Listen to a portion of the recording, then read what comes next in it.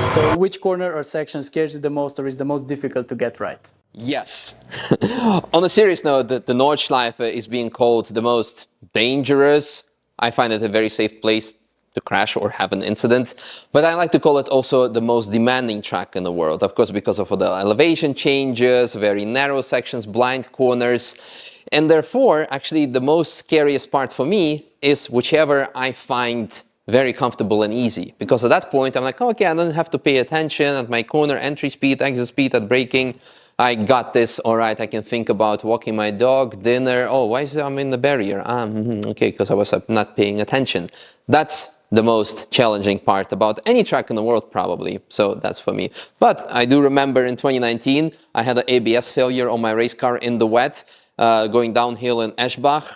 And I didn't crash, but it kind of really scared me. I have still PTSD. And even after all my crashes with on other corners and other cars, this section that kind of gives me like shivers all the time I get into it. It's like, bleh. But, yeah.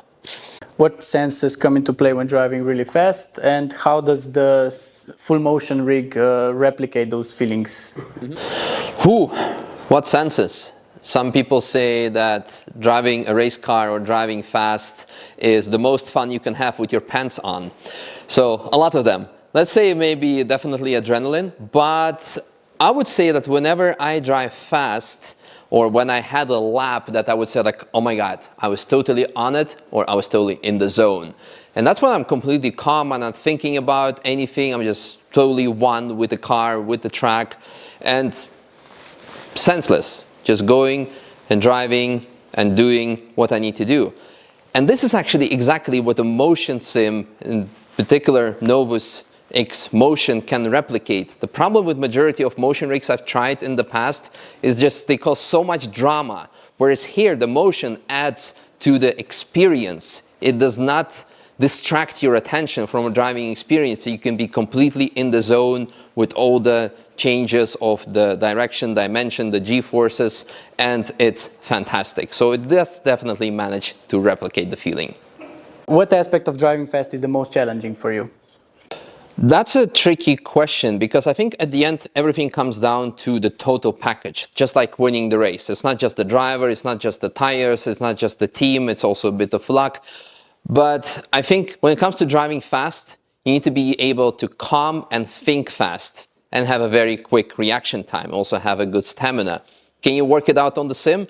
Of course, because you can actually set the bar significantly higher than you would be able to do, like physically, mentally, or budget-wise on the racetrack. We can put Porsche 919 here or a Formula One car and try to drive as fast as possible.